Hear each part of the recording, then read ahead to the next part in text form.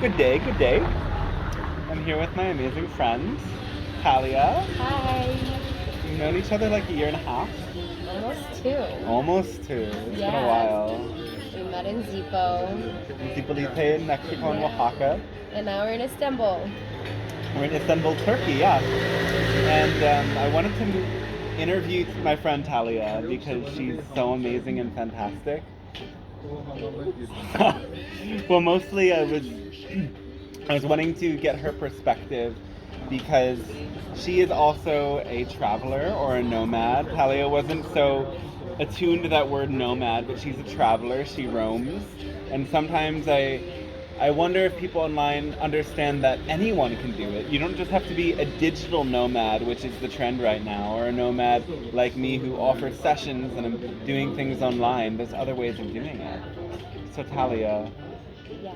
why do you love to travel so much? I just think it's really interesting and Yeah. fascinating, and I'm more inspired. I think Yeah. if I stick in a routine for too long, I just get either bored or I feel like I've reached a level of just like being stagnant. Being able to travel allows me to learn and meet new things, and also root myself when I need to.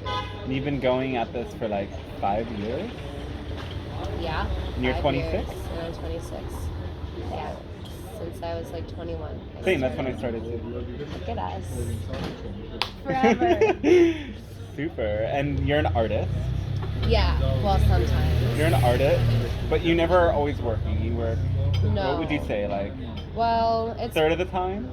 probably a third. Depends on the season. Never more than a half. Nice. But I mean, it's changed Better a than me. lot. Like when I started living this lifestyle, maybe I was going back to the States a little more to work Yeah. and make money. And one of the ways was making art, making jewelry. So I go back, I'd make my jewelry, I'd either sell it to stores to sell it for me, or I would do it myself. Yeah. I also have a job I was leading service trips for teenagers and cultural immersion programs, and that was like whatever I wanted it to be. It could be once every month, it could be 2 months at a time, 2 months off. So like I was able to balance everything that way. And now I just decided I don't want to keep going back to the States for money. So the past 2-ish years, have just either been doing workaways, which, should I explain workaway? Yeah. Good little- Work exchanges. So you can work at a hostel, on a farm, and get room and board exchange for your work. So that's been a big thing. Also, when I can, I'll make my art. If I'm based for a long enough time, I'll start doing jewelry again and still leading those trips. But my job has turned into a little bit digital nomad-y, but like maybe once a week am I on the computer. And then you go back and you're actually in Puerto Rico. Yeah. Right? So when I do work, I go to Puerto Rico. And how did you land that job? Good question. It was my first job out of college, and I went to Costa Rica to work with them. Wow. And I decided I didn't want to be based in one place working. I want to be moving around. So then I started working in Puerto Rico because I could just go for like a month at a time, a week here and there. Yeah. So it's been really fitting. And as I get older, the lifestyle will shift, but it'll always be this to some extent. Yeah. So it's possible you think that almost anyone could, with some skills working with people, could find a job in a foreign place doing something like that. Totally. I mean, Or everything's do a a workaway. choice. It's Yeah. all a choice. Yeah. Like, there's been times where I'm like, oh my god, I don't have money. What am I gonna do? There's been times where I feel comfortable. There's been times where, you feel unstable. But at the end of the day, you can make the choice on how you're gonna make it work and how you're gonna make your money. It just might take different sacrifices than what some people are used to. Yeah. But I would say it's possible for anyone to do Yeah. this. But you just have to sacrifice those things. And what I find is like when I talk to people who are jealous and they want to do what I want to do, but they feel like they can't, is that once we start getting to the sacrifice of like not having a stable home base, not having some amenities, not having the security of certainty for example, then they realize, oh, well, I don't actually want to do that, but they still stay jealous. Well, yeah, I think you just have to. Yeah, there's so many things that we don't need that people are spending their money on and their energy on, and that's fine if that makes them happy. But I think the reality of the situation is people in general are spending money and energy and time on things that aren't actually fulfilling. Totally. It's just fluff.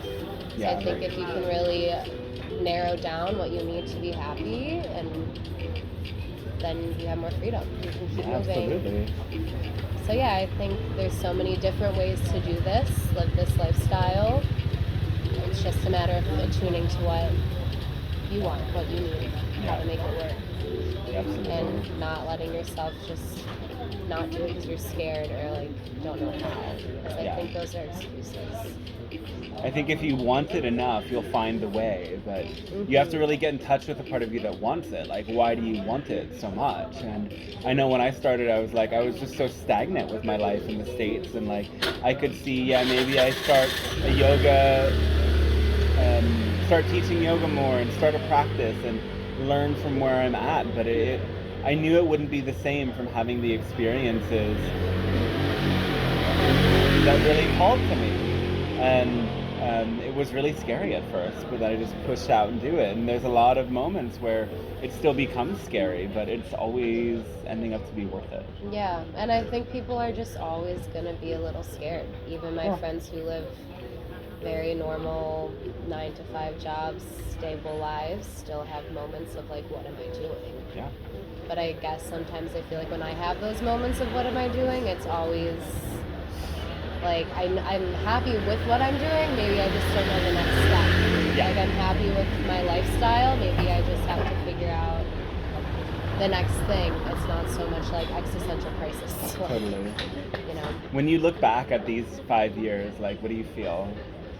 Oh my God, so much just growth and like wonder.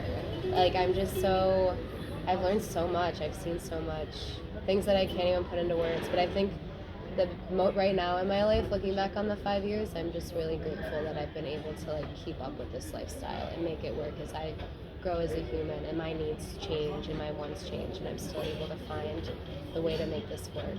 Totally. So, yeah. What was your craziest travel? Probably to Ethiopia. Yeah. That was really crazy. A friend of mine, we just went like in 2020, and no one really spoke English at all, and of course we didn't speak the language, which is fine, like it's an adventure, but like we were also like the only travelers on any given bus.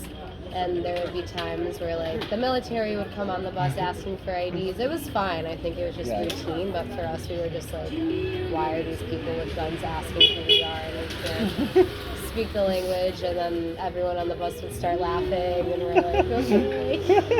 Just a lot of silly moments like that. Wow, that sounds super crazy. But that was an interesting location. That was cool. Yeah, most places I've been to in like East Africa have been a really beautiful, crazy adventures. Just the way infrastructure is and everything. Do you have any advice for people who want to begin adventuring more? Living this as a life? Yeah, I think, the biggest piece of advice I can give is nothing's permanent, nothing's forever. So if you're scared of leaving something behind, odds are you're not, and it'll be there waiting for you. And hopefully that gives people peace of mind, and like being able to take the jump and the leap into doing something unknown, because that they can feel that whatever they're leaving will be there for them when they get back, and if it's not, it's for a reason. So it's just like trusting the process and talking to people, hear people's stories, how they do it, and figure out how you can fit it into your lifestyle. And even just like 1 month abroad can be enough to really open your eyes to how this can happen. Even less than a month. So I'd say just go. Totally.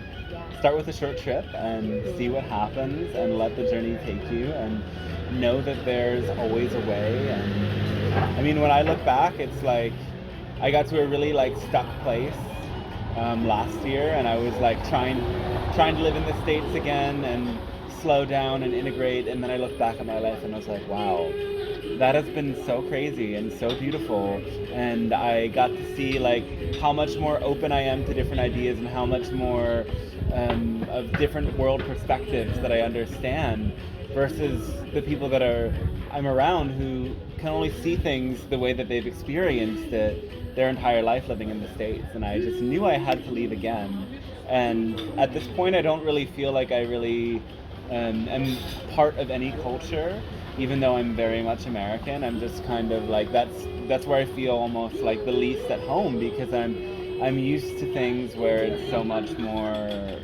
It's very different. Mm-hmm. Yeah, definitely. You adapt and adjust to different ways of life.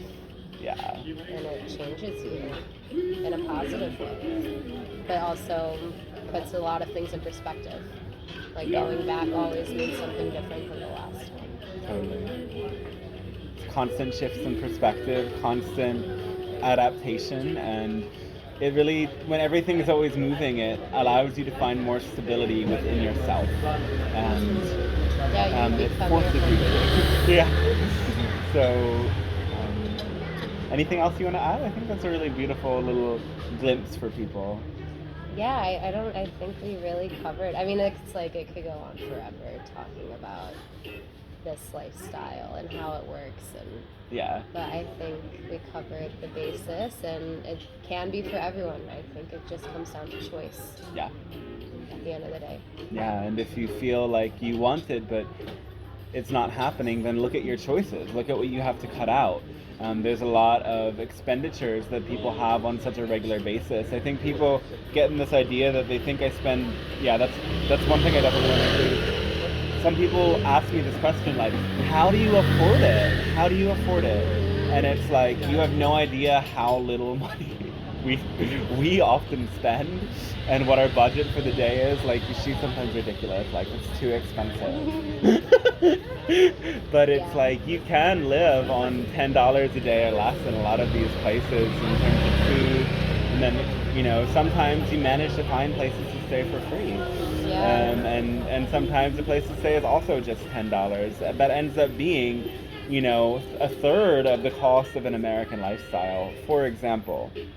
And when you know how to find the flights and the moments and the buses and all of these things well, it's like it ends up being a lot cheaper than a life in America to travel, even with 5, 6, 7, 8 flights a year. Oh yeah, for sure. I mean, but that's the thing. You have to learn how to travel and use local resources instead of tourist resources. Yeah. But that comes, figuring out the bus systems, figuring out the neighborhoods with, more local restaurants and whatnot.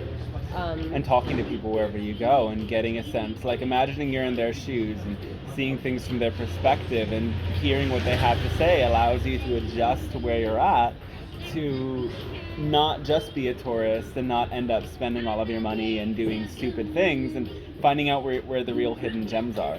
Yeah, I feel like in 1 month I spend the same as someone who maybe vacations for like 1 week. Yeah. Just because of the way people view travel and view things like that. Super lovely. Thank you for taking the time Thanks for having me. Helping people see into our world and the world of a nomad or a traveler or a vagabond or a fagabond. Yes. So it's possible, and there's a whole world to see, so I hope you can check it out and have a fantastic, lovely day.